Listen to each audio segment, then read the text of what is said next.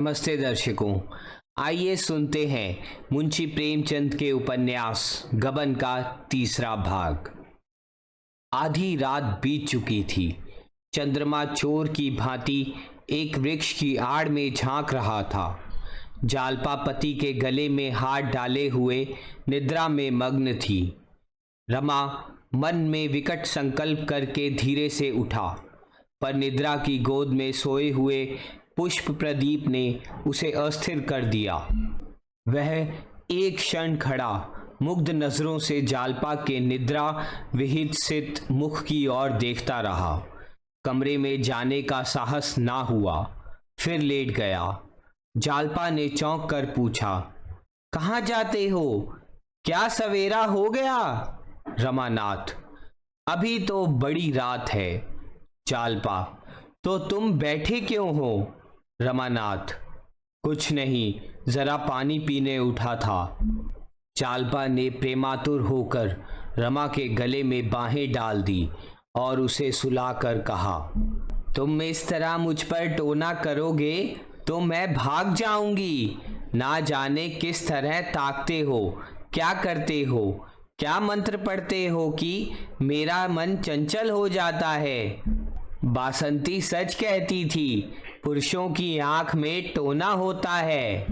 रमा ने फटे हुए स्वर में कहा, टोना नहीं कर रहा हूं, आंखों की प्यास बुझा रहा हूं। दोनों फिर सोए, एक उल्लास में डूबी हुई, दूसरा चिंता में मग्न। 3 घंटे और गुजर गए। द्वादशी के चांद ने अपना विश्व दीपक बुझा दिया। प्रभात की शीतल समीर प्रकृति को मद के प्याले पिलाती फिरती थी। आधी रात तक जागने वाला बाजार भी सो गया। केवल रमा अभी तक जाग रहा था। मन में भांति भांति के तर्क वितर्क उठने के कारण वह बार बार उठता था और फिर लेट जाता था। आखिर जब 4 बजने की आवाज कान में आई तो घबरा कर उठ बैठा और कमरे में जा पहुंचा। गहनों का संदूकचा अलमारी में रखा हुआ था। रमा ने उसे उठा लिया और थर थर कांपता हुआ नीचे उतर गया। इस घबराहट में उसे इतना अवकाश ना मिला कि वह कुछ गहने छांट कर निकाल लेता। दयानाथ नीचे बरामदे में सो रहे थे। रमा ने उन्हें धीरे से जगाया। उन्होंने हकपका कर पूछा, कौन? रमा ने होंठ पर उंगली रख कर कहा, मैं हूं, यह संदूकची लाया हूं, रख लीजिए। दयानाथ सावधान होकर बैठ गए। अभी तक केवल उनकी आंखें जागी थी, अब चेतना भी जागृत हो गई। रमा ने जिस वक्त उनसे गहने उठा लाने की बात कही थी, उन्होंने समझा था कि यह आवेश में कुछ कह रहा है। उन्हें इसका विश्वास न आया था कि रमा जो कुछ कह रहा है उसे भी पूरा कर दिखाएगा। इन कमीनी चालों से वह अलग ही रहना चाहते थे। ऐसे कुत्सती कार्य में पुत्र से साठगांठ करना उनकी अंतरात्मा को किसी तरह स्वीकार ना था। पूछा, इसे क्यों उठा लाए? रमा ने घृष्टता से कहा, आप ही का तो हुक्म था। दयानाथ, झूठ कहते हो। रमानाथ, तो क्या फिर रखाऊं? रमान के इस प्रश्न ने दयानाथ को घोर संकट में डाल दिया। झेपते हुए बोले, अब क्या रखाओगे? कहीं देख ले तो गजब ही हो जाए। वही काम करोगे जिसमें जग हसाई हो। खड़े क्या हो? संदूकची मेरे बड़े संदूक में रखाओ और जाकर लेट रहो। कहीं जाग पड़े तो बस। बरामदे के पीछे दयानाथ का कमरा था। उसमें एक देवदार का पुराना संदूक रखा था। रमा ने संदूकची उसके अंदर रख दी और बड़ी फुर्ती से ऊपर चला गया। छत पर पहुंचकर उसने आहट ली। जालपा पिछले पहर की सुखद निद्रा में मग्न थी। रमा ज्यों ही चारपाई पर बैठा, जालपा चौंक पड़ी और उससे चिमट गई। रमा ने पूछा, क्या है, तुम चौंक क्यों पड़ी? जालपा ने इधर उधर प्रसन्न नजरों से ताक कर कहा, कुछ नहीं, एक स्वप्न देख रही थी। तुम बैठे क्यों हो? कितनी रात है अभी? रमा ने लेटते हुए कहा। सवेरा हो रहा है, क्या स्वप्न देखती थी? जालपा, जैसे कोई चोर मेरे गहनों की संदूकची उठाए लिए जाता हो। रमा का हृदय इतने जोर जोर से धक धक करने लगा मानो उस पर हथौड़े पड़ रहे हों। खून सर्द हो गया, परंतु संदेह हुआ कहीं इसने मुझे देख तो नहीं लिया। वह जोर से चिल्ला पड़ा, चोर चोर! नीचे बरामदे में दयानाथ भी चिल्ला उठे, चोर चोर! जालपा घबरा कर उठी, दौड़ी हुई कमरे में गई, झटके से अलमारी खोली। संदूकची वहां नहीं थी। मूर्छित होकर फिर पड़ी। सवेरा होते ही दयानाथ गहने लेकर सराफ के पास पहुंचे और हिसाब होने लगा। सराफ के 1500 रुपये आते थे, मगर वह केवल 1500 रुपये के गहने लेकर संतुष्ट ना हुआ। बिके हुए गहनों को वह बकरे पर ही ले सकता था। बिकी हुई चीज कौन वापस लेता है? रोकड़ पर दिए होते तो दूसरी बात थी। इन चीजों का तो सौदा हो चुका था। उसने कुछ ऐसी व्यापारिक सिद्धांत की बातें की। दयानाथ को कुछ ऐसे शिकंजे में कसा के बेचारे को हाँ हाँ करने के सिवा और कुछ ना सूझा। दफ्तर का बाबू चतुर दुकानदार से क्या पेश पाता। 1500 रुपये में 2500 रुपये के गहने भी चले गए, ऊपर से 50 रुपये और बाकी रह गए। इस बात पर पिता पुत्र में कई दिन खूब वाद विवाद हुआ। दोनों एक दूसरे को दोषी ठहराते रहे। कई दिन आपस में बोलचाल बंद रही, मगर इस चोरी का हाल गुप्त रखा गया। पुलिस को खबर हो जाती तो भंडा फट जाने का भय था।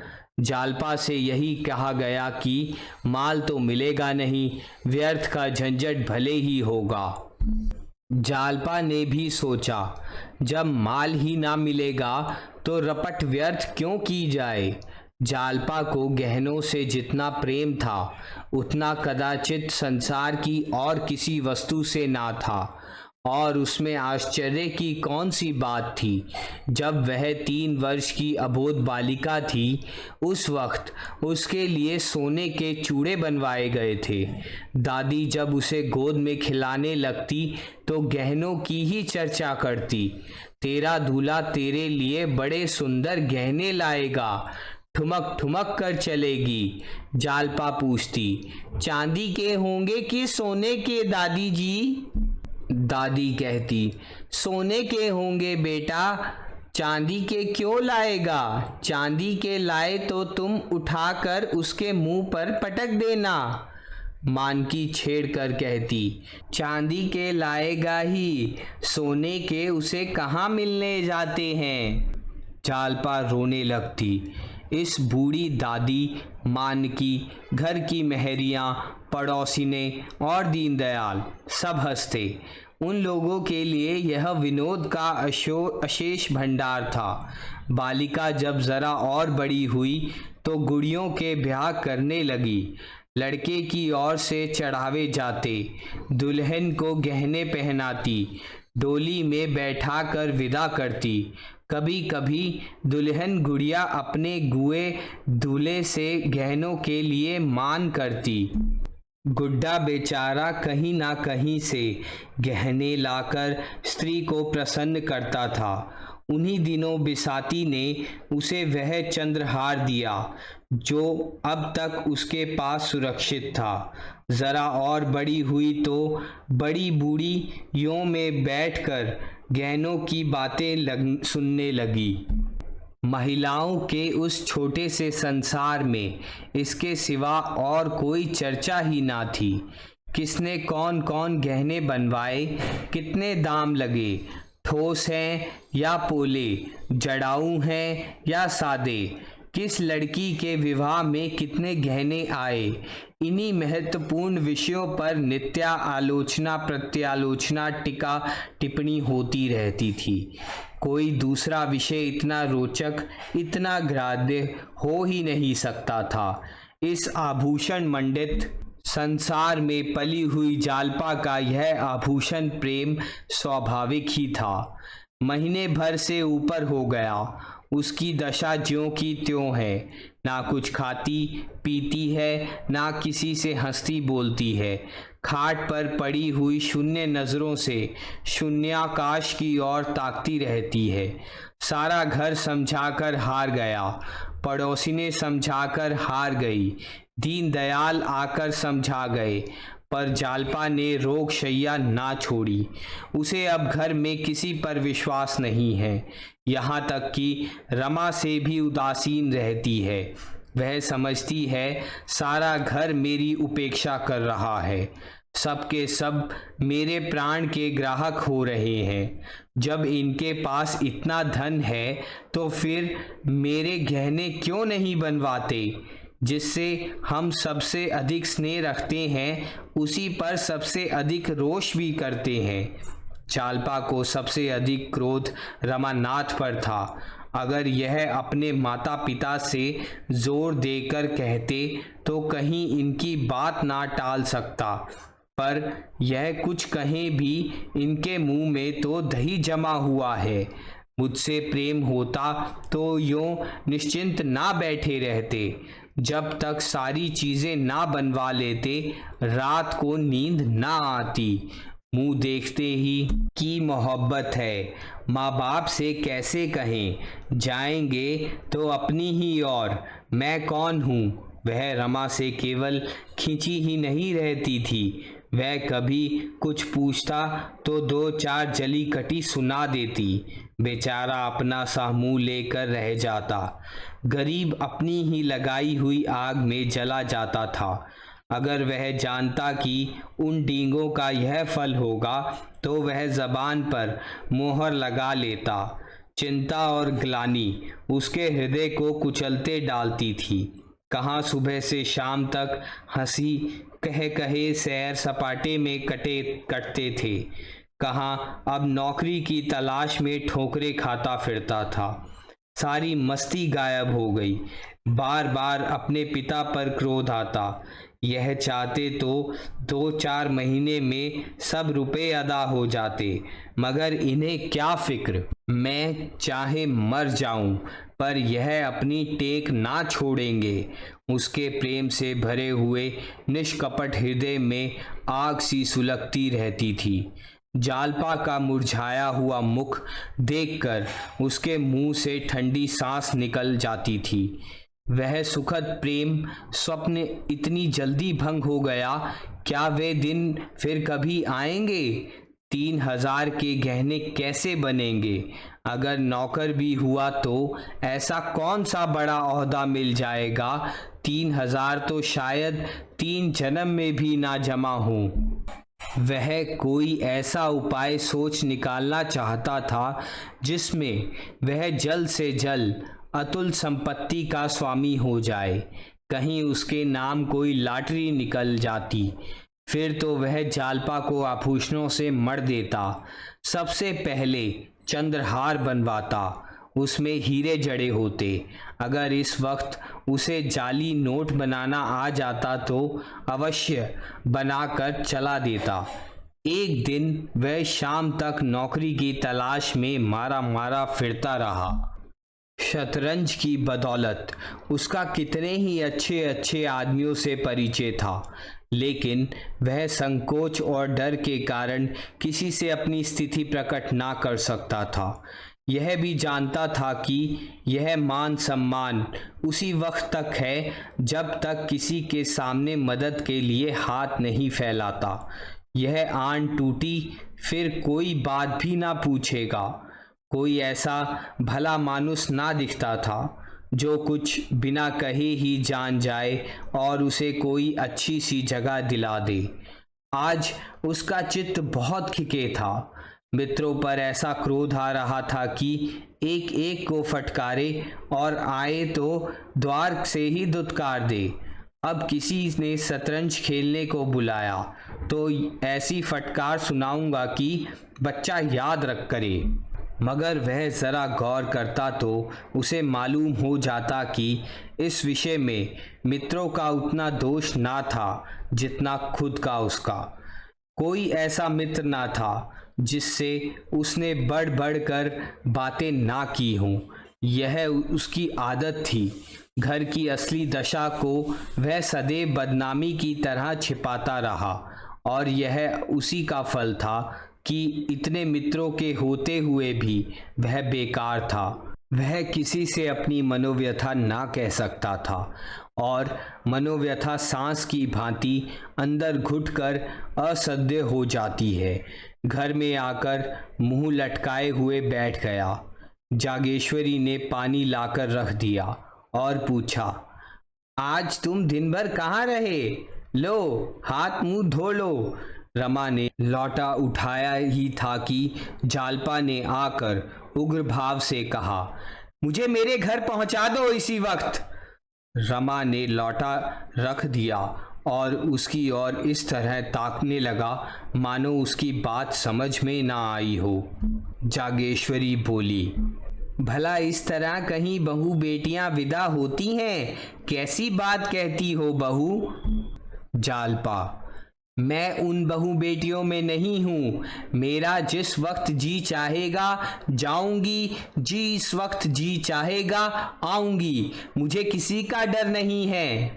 जब यहाँ कोई मेरी बात नहीं पूछता तो मैं भी किसी को अपना नहीं समझती। सारे दिन अनाथों की तरह पड़ी रहती हूँ, कोई झांकता तक नहीं। मैं चिड़िया नहीं हूँ जिसका पिंजड़ा दान पानी रख कर बंद कर दिया जाए। मैं भी आदमी हूँ। अब इस घर में मैं क्षण भर ना रुकूंगी। अगर कोई मुझे भेजने ना जाएगा तो अकेली चली जाऊंगी। राह में कोई भेड़िया नहीं बैठा है जो मुझे उठा ले जाएगा, और उठा भी ले जाए तो क्या गम, यहाँ कौन सा सुख भोग रही हूँ। रमा ने सावधान होकर कहा, आखिर कुछ मालूम भी तो हो, क्या बात हुई? जालपा, बात कुछ नहीं हुई, अपना जी है, यहाँ नहीं रहना चाहती। रमानाथ, भला इस तरह जाओगी तो तुम्हारे घर वाले क्या कहेंगे? कुछ यह भी तो सोचो। जालपा, यह सब सोच चुकी हूँ और ज्यादा नहीं सोचना चाहती। मैं जाकर अपने कपड़े बांधती हूँ और इसी गाड़ी से जाऊंगी। यह कहकर जालपा ऊपर चली गई। रमा भी पीछे पीछे यह सोचता हुआ चला, इससे कैसे शांत करूं। जालपा अपने कमरे में जाकर बिस्तर लपेटने लगी कि रमा ने उसका हाथ पकड़ लिया और बोला, तुम्हें मेरी कसम जो इस वक्त जाने का नाम लिया। जालपा ने त्योरी चढ़ाकर कहा, तुम्हारी कसम की हमें कुछ परवाह नहीं है। उसने अपना हाथ छुड़ा लिया और फिर बिछावन लपेटने लगी। रमा खिसियाना सा होकर एक किनारे खड़ा हो गया। जालपा ने बिस्तर बंद से बिस्तरे को बांधा और फिर अपने संदूक को साफ करने लगी, मगर अब उसमें वह पहले सी तत्परता ना थी। बार बार संदूक बंद करती और खोलती। वर्षा बंद हो चुकी थी, केवल छत पर रुका हुआ पानी टपक रहा था। आखिर वह उसी बिस्तर के बंडल पर बैठ गई और बोली, तुमने मुझे कसम क्यों दिलाई? रमा के हृदय में आशा की गुदगुदी हुई। बोला, इसके सिवा मेरे पास तुम्हें रोकने का और क्या उपाय था? जालपा, क्या तुम चाहते हो कि मैं यहीं घुट घुट कर मर जाऊं? रमानाथ, तुम ऐसे मनहूस शब्द क्यों मुंह से निकालती हो? मैं तो चलने को तैयार हूँ। ना मानोगी तो पहुँचना ही पड़ेगा। जाओ, मेरा ईश्वर मालिक है, मगर कम से कम बाबूजी और अम्मा से पूछ लो। बुझती हुई आग में तेल पड़ गया। जालपा तड़प कर बोली, वह मेरे कौन होते हैं जो उनसे पूछूं? रमानाथ, कोई नहीं होते। जालपा, कोई नहीं, अगर कोई होते तो मुझे यूं ना छोड़ देते। रुपए रखते हुए कोई अपने प्रियजनों का कष्ट नहीं देख सकता। ये लोग क्या मेरे आंसू ना पहुंच सकते थे? मैं दिन के दिन यहाँ पड़ी रहती हूँ, कोई झूठों भी ना पूछता है। मोहल्ले की स्नेहा मिलने आती हैं, कैसे मिलूं? यह सूरत तो मुझसे दिखाई नहीं जाती। ना कहीं आना, ना का जाना, ना किसी से बात, ना चीत। ऐसे कोई कितने दिन रह सकता है? मुझे इन लोगों से अब कोई आशा नहीं रही। आखिर 2 लड़के और भी तो हैं, उनके लिए भी कुछ जोड़ेंगे कि तुम्ही को दे दें? रमा को बड़ी बड़ी बातें करने का फिर अवसर मिला। वह खुश था कि इतने दिनों के बाद आज उसे प्रसन्न करने का मौका तो मिला। बोला, प्रिय, तुम्हारा ख्याल बहुत ठीक है, ज़रूर यही बात है। नहीं तो 2,500-3 हजार उनके लिए क्या बड़ी बात थी। 50,000 बैंक में जमा हैं, दफ्तर तो केवल दिल बहलाने जाते हैं। जालपा, मगर हैं मक्खी चूस पिल्ले सिरे के। रमानाथ, मक्खी चूस ना होते तो इतनी संपत्ति कहाँ से आती? जालपा, मुझे तो किसी की परवाह नहीं है जी। हमारे घर किस बात की कमी है? दाल रोटी वहाँ भी मिल जाएगी। 2-4 सखी सहेलियाँ हैं, खेत खलियान हैं, बाग बगीचे हैं, जी बहलता रहेगा।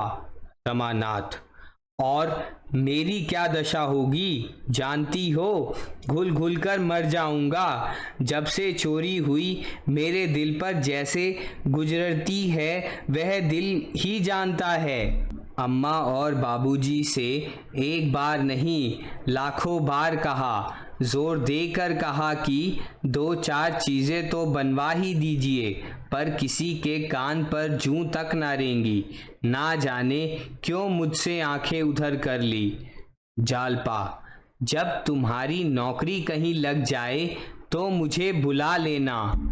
रमानाथ, तलाश कर रहा हूँ, बहुत जल्द मिलने वाली है। हजारों बड़े बड़े आदमियों से मुलाकात है, नौकरी मिलते क्या देर लगती है। हाँ, ज़रा अच्छी जगह चाहता हूँ। जालपा, मैं इन लोगों का रुख समझती हूँ, मैं भी यहाँ अब दावे के साथ रहूँगी।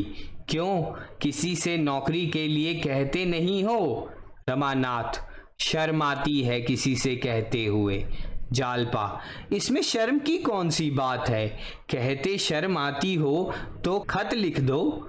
रमा उछल पड़ा। कितना सरल उपाय था, और अभी तक यह सीधी सी बात उसे ना सूझी थी। बोला, हाँ, यह तुमने बहुत अच्छी तरकीब बतलाई, कल ज़रूर लिखूंगा। जालपा, मुझे पहुंचा कर आना तो लिखना, कल ही थोड़े लौट आओगे। रमानाथ, तो क्या तुम सचमुच जाओगी? तब मुझे नौकरी मिल चुकी और मैं खत लिख चुका। इस वियोग के दुख में बैठकर रोऊंगा कि नौकरी ढूंढूंगा? नहीं, इस वक्त जाने का विचार छोड़ो। नहीं, सच कहता हूँ, मैं कहीं भाग जाऊंगा। मकान का हाल देख चुका, तुम्हारे सिवा और कौन बैठा हुआ है जिसके लिए यहाँ पड़ा पड़ा सड़ता रहूं? हटो तो ज़रा, मैं बिस्तर खोल दूं। जालपा ने बिस्तर पर ज़रा खिसक कर कहा, मैं बहुत जल्दी चली जाऊंगी। तुम गए और मैं आई। रमा ने बिस्तर खोलते हुए कहा, जी नहीं, माफ़ कीजिए, इस धोखे में नहीं आता। तुम्हें क्या, तुम तो सहेलियों के साथ विहार करोगी, मेरी खबर तक ना लोगी और यहाँ मेरी जान पर बन आवेगी। इस घर में फिर कैसे कदम रखू जाएगा? जालपा ने एहसान जताते हुए कहा, आपने मेरा बंधा बंधाया बिस्तर खोल दिया, नहीं तो आज कितने आनंद से घर पहुंच जाती। शहजादी सच कहती थी, मर्द बड़े टोनहे होते हैं। मैंने आज पक्का इरादा कर लिया था कि चाहे ब्रह्मा भी उतर आए, पर मैं ना मानूंगी। पर तुमने 2 ही मिनट में मेरे सारे मंसूबे चौपट कर दिए। कल खत लिखना जरूर, बिना कुछ पैदा किए अब निर्वाह नहीं होगा। रमानाथ: कल नहीं, मैं इसी वक्त जाकर 2-3 चिट्ठियां लिखता हूँ। जालपा: पान तो खाते जाओ। रमानाथ ने पान खाया और मर्दाने कमरे में आकर खत लिखने बैठे, मगर फिर कुछ सोचकर उठ खड़े हुए और एक तरफ को चले दिए। स्त्री का प्रेम आग्रह पुरुष से क्या नहीं करा सकता। इससे आगे की कहानी जानने के लिए सुनिए गबन का अगला भाग।